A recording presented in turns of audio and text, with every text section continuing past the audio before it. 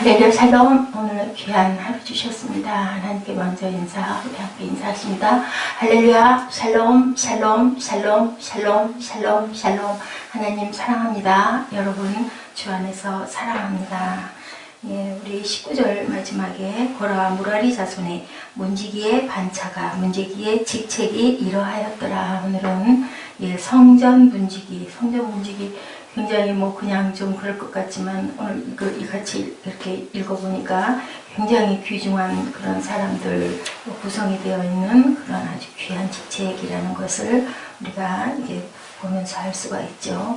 하나님의 전 곳간과 성물 곳간 이런 곳들을 맡는 직책을 24 직책을 이렇게 해서 다 세분해서 나눠서 예, 줬고 또 그 중에서도 오베데돔에게 복을 주셨더라. 6절에 보니 예, 두 아들을 낳았은 족속 다스리는 자들이다. 또한 그 오베데돔에게 엄청난 복을 주셨다라는 말씀을 8절에서 다 오베데돔의 자손들이라고 말씀하고 있죠. 4절에 오베데돔의 아들들은 맏아들 스마야와 둘째 여호사밧과 오베데돔 저희 지난번에 한번 같이 말씀 나눴죠. 예, 그 다윗이 가다가 우사가 죽죠. 하나님 방법대로 하지 않아서 그랬을 때 그것을 어떻게 할 수가 없어서 겁이 나고 두렵기도 하고 민망하기도 하고 또한 그 마음에 시험이 들기도 하죠. 다윗이 그렇게 열심히 정말 새술에다 아주 귀하게 정말 얼마나 준비를 많이 했겠어요. 그런데 그만 예, 그 소수레가 덜커덩하는 바람에 흔들리니까 그냥 반동으로 그 괴를 언약궤를 잡았다가 그 자리에서 그냥 죽는 사건.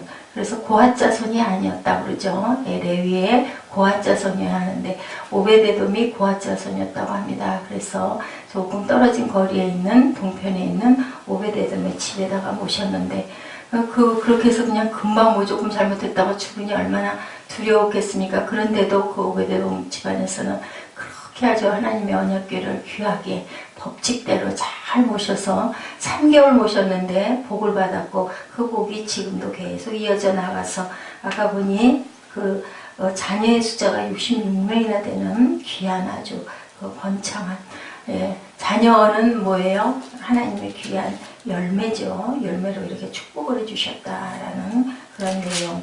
세세하게 나뉘어져서 직무 분담자들이 쭉 1절에서 19절까지 나와 있습니다. 살펴보니 성문에서 시중들 문지기들이 이렇게 정해져 있는데 성전을 통하는 통로를 지켰고 바깥문들을 여닫는 뭐 바깥문, 성전, 뜰도 바깥뜰, 안뜰 그죠? 성소로 가는 그리고 이방인들이 들어올 수 있는 이방인들도 또 따로 있고 그랬던 걸로 저희가 그 지난 사무엘 상하, 역대 상하 보면서 이렇게 오고 있습니다. 열왕기 상하도 마찬가지고요.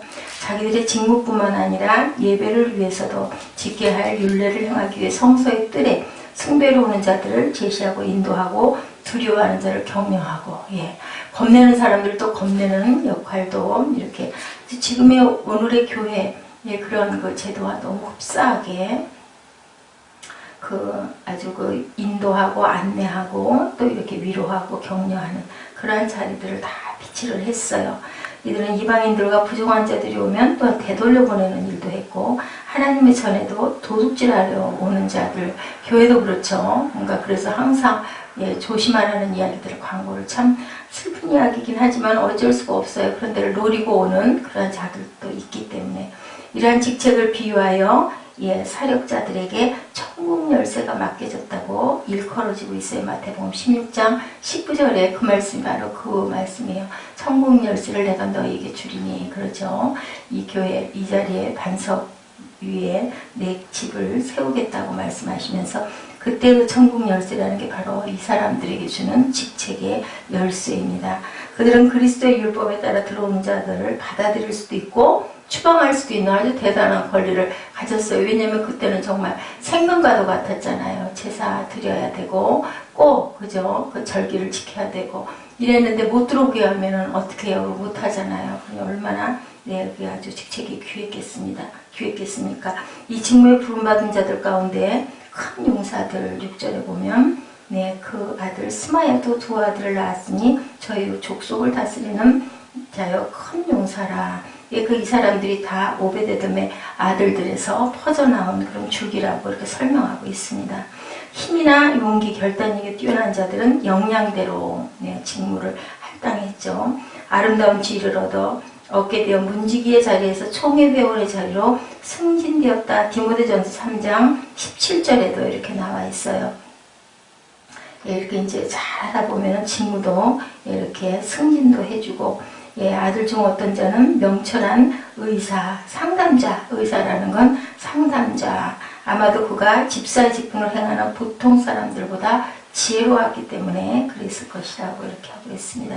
그리스도의 율법에 따라 들어오는 자들을 받아들일 수도 있고 추방할 수도 있고, 또한 힘이나 용기에 따라서 직무에 합당하거나 합당케 될 자들을 이렇게 다 쓰였습니다. 오베데돔의 아들들 62명이 이 직무에 임명되었는데 하나님의 법궤를 경건하게 기쁘게 받아들였던 자가 바로 오베데돔이죠. 그리고 그 후대가 이렇게 복을 받습니다. 그는 8 아들들을 가지고 있었는데 5절에 이는 하나님이 그에게 복을 주신 때문이었다고 설명되어 있죠. 가족들이 번성하고 번영하는 것은 하나님의 축복을 입은 덕분이라는 것. 그래야 이렇게 많은 자손을 얻어 하나님의 일을 위해 훌륭한 직무를 아주 훌륭하게 잘 맡아서 또한 더한 축복을 더한 그런 내용입니다. 그의 아들들은 모두 직임을 가지게 되었습니다. 그들은 전에 자기들의 법궤를 집에서 충성스럽게 시중들었으나 이제는 하나님의 집에서, 본인의 집에서 어디로 옮겨가요? 하나님의 집으로. 여러분들 꼭 기억하세요. 가정에서 가정 예배를 열심히 드리는 가문에서는요, 분명히 그죠, 하나님의 그 전에서 하나님께 영광을 돌리는 그런 귀한 직책을 맡게 되고, 꼭 교회가 또한 거기서 꼭 보면은 사역자들이 탄생을 한다라는 거.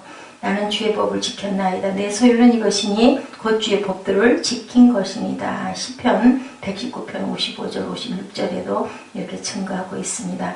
나는 주의 법을 지켰나이다. 내 소유는 이것이니 곧 주의 법도를 지킨 것이니다. 얼마나 귀합니까?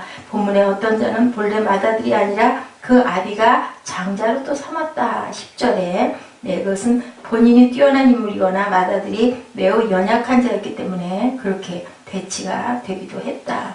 왕도 그죠? 마지가 그 세습이 돼서 쭉 내려오지만 솔로몬 같은 경우도 그렇고, 또한 장자가 죽을 때도 그렇고, 그죠? 차자에게 복을 주는 게 어디요?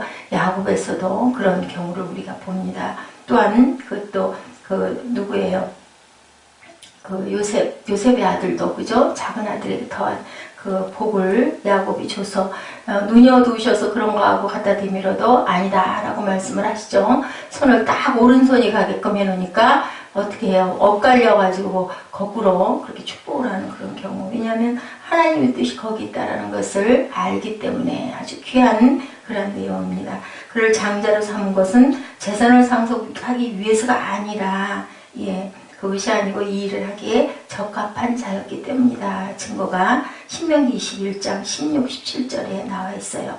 문 지키는 자들은 노래 부르는 자들과 마찬가지로 뭘로 했어요? 제비 뽑기로 했다. 그것은 왜요? 사람들이 서로 다투지 않겠어요? 내가 여기 맡을래, 내가 여기 맡을래. 서로 그러다 보면은 적은 숫자도 아니라 엄청 많잖아요. 그냥 생각할 때 문지기 한두 명이 아니기 때문에 제비 뽑기로 공평하게 하나님이 거기에 함께 임하신다라고 생각을 하고 제비를 뽑는 게 지금까지도 우리들이 그 성부도 제비 뽑기를 하죠. 이렇게 좋은 것만 가지려고 할 거 아니에요. 내 마음에 드는 것만. 그렇기 때문에 제비 뽑기를 했다. 그들로 하여금 각자의 자리를 알아 잘 지키도록 13절에 보면 증거하고 있습니다. 24회로 나누어 직무를 행했다고 적혀있지는 않지만요. 보면은 다 이름들이 24개예요. 배정된 직무도 24개인 거 보면은 24개로 나누어진 것으로 우리가 짐작할 수가 있습니다. 우리는 이들이 여러 무리로 나뉘어 일을 분배받았다고 생각할 수 있는데 하나님의 집에 거하는 자들은 복되죠. 왜 그럴까요? 그들이 잘 먹고 좋은 가르침을 받고 훌륭한 직책을 맡게 되는 건 물론이고, 또한 그렇게 함과 동시에 하나님께 보호를 받기 때문이라는 거죠. 그래서 성전에 머무는 건 굉장히 복된 겁니다. 그런데 성전에 머무는 게 괴롭고 불편한 것은 은혜가 그만큼 더해지지가 못해서 불편하고 힘든 거 참 어려워요. 하루 이틀도 아니고 계속 만약에 가야 된다고 하면 어려운 부분이지만 그게 은혜로 덮이면 오히려 참 너무 좋고 그러게요. 성전 저는 참 너무 사모하고 너무 좋아했어요. 어디 갔을 적에 거기 그 목사님이 거기서 사시는 분들 보면 이렇게 부러웠는지 몰라요. 근데 실제는 불편한 것들도 많이 있죠. 하나님의 거하는 자들은 이렇게 집에 거하는 자들은 복된 사람들. 사람들은 성문을 지키나 천사들은 새 예루살렘 문을 지킨다. 계시록 21장 12절에도 이렇게 증거하고 있습니다. 베드로전서 5장 3절의 말씀을 우리 잠깐 보십니다. 맡기는 자들에게 주장하는 자세를 하지 말고 오직 양무리의 본이 되라. 그리하면 목자전이 나타나실 때 시들지 아니하는 영광의 면류관을 얻으리라고 이렇게 증거하고 있죠. 무엇과도 바꿀 수 없는 영원하고 영광스러운 상급, 이렇게 충성한 자들, 우리 오늘 본문에서 본 말씀 역대상 26절에 있는 내용은 열심히 충성한 자들, 특히 그 오베데돔의 가족, 그 6명의 아들에서 퍼져 62명까지 번질 수 있는 그런 축복은 이렇게 맡기온 자들에게 주장하는 자세가 아니라 양무리의 본이 되는 자들, 그런 자들에게는 목자장 주님께서 오실 때 시들지 않은 영광의 면류관을 주시리라고 말씀을 하시죠. 그리고 또한 계시록 2장 10절에는 죽도록 충성하라. 그리하면 내가 무슨 면류관? 생명의 면류관을 주겠다라고 말씀하세요. 우리 역대상 26장에 나타난 이 사람들은 다 아마 아주 정말 생명의 면류관, 영광의 면류관을 받을 수 있을 만큼 충성되고 열심히 끝까지 자기 직분을 어떤 자에게 더 귀하고 덜 귀하가 없죠. 하나님의 성전 지키는 각 부분에 있는 사람들 얼마나 지금 우리 잠깐 훑어봤지만 귀합니까? 그 자리를 정말 두려움과 떨림으로 정말 진정과 신령으로 그것도 예배죠. 내 자리에서 온전하게 내 임무를 수행할 수 있는 것.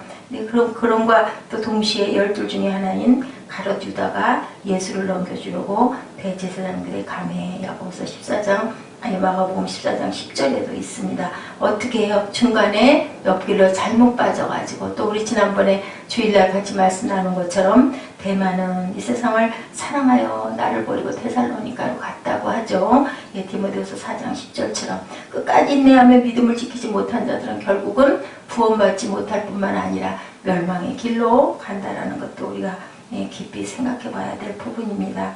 너희는 세상의 소금이니 소금이 만일 그 맛을 잃으면 무엇으로 짜게 하리요? 후에는 아무 쓸데가 없어서 던져져 밖에 사람들에게 발에 밟힐 수밖에 없다. 그러나 끝까지 견디는 자는 구원을 얻으리라. 마태복음 24장 13절에도 이렇게 누가복음 14장 34절에도 소금도 맛이 변하면 아무짝에도 소용이 없다라는 거, 우리가 변질된다는 것처럼 아주 마음 아픈 일이 없죠. 이것을 돌이킬 줄 알아야 된다. 내가 뭔가 조금 해이해져 있다라고 여겨졌을 때는 바로 성령이 우리를 깨닫게 해주세요. 마음이 불편하죠. 그랬을 때 우리는 바로 우리 인간이기 때문에 그럴 수 있어요. 연약하기 때문에. 그럴 때는 그냥 그것을 바로 하나님께 시인하고 고백하는 게 중요하다. 내가 어디가 그래 이렇게 위장하려고 하면은 온전하게 하나님께 인정을 받지 못하죠. 그래서 우리가 그 충성을 해서 생명의 면류관 또한 시들지 않는 영광의 면류관을 쓰는 자들은 이렇게 끝까지 인내로 믿음을 지키는 자, 대만처럼 가룟 유다처럼 굴지 않고 악하고 엄한 세상에 성도들이 믿음 지켜나가기가 굉장히 어렵지만 우리는 연약하지만 아버지 잘못했습니다 라고 얼른 시인하고 누구처럼 다윗이 그렇게 아주 잘못한 것을 금방금방 시인을 해서 하나님께 인정을 받은 것처럼 우리도 인내로 믿음을 지키고 또한 중간에 잘못됐을 때는 그것을 바로 돌이킬 줄 아는 충성되게 봉사하는 자들에게 하나님께서 주시는 아름다운 면류관을 이렇게 들모셨으면 안 되겠죠. 받으시는 저와 여러분들이 되시기를 바랍니다. 죽도록 충성하라. 그리하면 내가 생명의 면류관을 너희에게 주리라. 그러기 위해서는 우리는 어떻게 해요? 무릇 지킬 만한 것보다 더욱 내 마음을 지키라. 생명의 근원이 이에서 나느니라 라고 이렇게 말씀하고 있습니다. 그리고 또 하나는 뭐 말할 필요도 없죠. 복음을 전하는 자들, 우리들은 다들 증인된 삶을 살아야 됩니다. 예, 첫 번째로는 충성되게 봉사도 할 뿐더러 내게 주신 그 자리를 끝까지 믿음으로 지키고, 그리고 전도하는 하나님을 나타낼 줄 알고 영광을 드러낼 줄 아는 하나님의 말씀을, 좋은 소식을 전하는 자들이 되어야 된다는 거죠. 예, 법문공이라는 송나라, 그분이 찾아가서 관상쟁이에게 가서 자기가 재상이 될 수 있는지 굉장히 그걸 많이 봤었죠. 봐달라고. 한학자들은 참 그런 걸 많이 봤어요. 보면 안 돼요. 대충. 저 사람은 뭐가 될 거 압니다. 타고난 부분이 있다라는 거죠. 그랬더니 딱 그 점쟁이가 얘기를 했대요. 관상을 보더니 재상이 당신은 될 수 없어 라고 얘기를 했다고 합니다. 법문공은요, 재상이 될 수 없으면 의사는 될 수 있는지 봐달라고 했대. 근데 그 시절에는, 요즘에는 의사하면 아주 대단하잖아요. 사람의 생명을 다루는 거냐, 얼마나 귀합니까. 근데 그전엔 그렇지 않았어요. 그래서 왜 당신이 재상을 바라보면서 의사가 되기를 원하시오? 그 천한 직업을 왜 봐달라고 하시오? 그러니까 이렇게 법문공이 대답했다고 합니다. 재상이 되어서 도탄에 빠져 헤매는 백성을 구하고 싶으나 재상될 제목이 못 된다면 의사가 돼서 병고에 시달리는 백성들을 돕고 싶소라고 이렇게 얘기를 했대요. 그랬더니 관상쟁이가요, 관상은 색상, 골상, 신상을 보는데 당신의 색상, 골상으로는 도저히 재상이 될 수 없으나 신상을 보니 재상이 되고도 남겠소 라고 얘기를 했대요. 뭐가 중요하다? 겉외모가 아니라, 그죠? 마음이 중요하다라는 얘기를 여기서 하고 있습니다. 김부 선생도 그랬다고 합니다. 자기에게 성공할 요소가 하나도 없다고 늘 탄식했대요. 그런데 얼굴 좋음이 몸 좋음만 못하고 몸 좋음이 마음 중요함만 못하느니라 라는 그 말에 힘을 얻어가지고 그렇게 용기를 얻어서 좋은 마음 갖게 힘써서 아주 훌륭한 나라를 건지는 그러한 아주 귀한 분이 됐죠. 용모보다 중요한 것이 마음이다. 용모와 못생기기로는 바울을 따를 사람이 없었다고 합니다. 근데 얼마나 귀한 일을 또 그랬기 때문에 더욱더, 그죠? 거기에 자기 모든 것을 쏟아 부을 수도 있었을 거예요. 그래서 보면 부족하다고 다 나쁜 거는 아니에요. 그죠? 그 단점을 장점으로 쓸 수도 있다라는 게 참 귀합니다. 우리가 이렇게 하나님께서는 정말 다 전부 다가 아니고 부족한 면이 있지만 그 부족한 면에서도 생명을 발견할 수 있는 귀한 우리의 성품과 용모들을 주셨다는 것을 우리가 감사해야 됩니다. 그래서 우리가 땅끝까지 하나님의 증인이 되는 저희들, 땅끝이라 하면 우리가 믿음이 없는 사람들 보는 마지막, 우리가 살아있는 마지막 날까지 뭐 어딜 가서 땅끝 나라를 가서 선교하는 그런 분들도 또 특별히 맡기워지고 정해진 사람도 있지만, 아닐 때는 내가 전할 수 있는 마지막까지 증거하는 거죠. 이렇게 하나님께서는 귀한 사명들을 주셨다. 인자에 온 것은 잃어버린 자를 찾아 구원하려 함이라. 또한 하나님께서 잃어버린 영혼을 구하는 자에게 뭐라고 어떻게 하셔요? 하늘의 별과 같이 되게 하겠다. 참 굉장히 아름다운 말이죠. 다니엘 12장 3절 말씀, 굉장히 귀한 말씀입니다. 지혜 있는 자는 궁창의 빛과 같이 빛날 것이요, 많은 사람을 옳은 대로 돌아오게 한 자는 별과 같이 영원토록 비추리라. 이것이 바로 생명의 면류관, 영광의 면류관이 아니겠습니까? 바울은 자신이 전한 복음을 통해 믿음을 가지게 된 형제들을 보고 기쁨이고 나의 면류관이다. 빌립보서 4장 1절에 그러므로 나의 사랑하고 사모하는 형제들, 나의 기쁨이요 면류관은 사랑하는 자들아 이와 같이 어떻게 주 안에 굳게 서라고 이렇게 얘기했어요. 면류관이 될 수 있고 생명이 될 수 있고 그런 우리가 하나님의 기쁨들이 되는 저와 여러분들, 밖에 버려지는 소금이 되지 않고 귀하게 쓰임받는 저와 여러분 되시기를 주님의 이름으로 축복합니다. 기도하시겠습니다. 오직 성령이 너에게 임하시면 너희가 권능을 받고 예루살렘과 온 유대와 사마리아와 땅끝까지 이르러 내 증인이 되리라. 지혜 있는 자는 궁창의 빛과 같이 빛날 것이요, 많은 사람을 옳은 대로 돌아오게 한 자는 별과 같이 영원히 비추리라.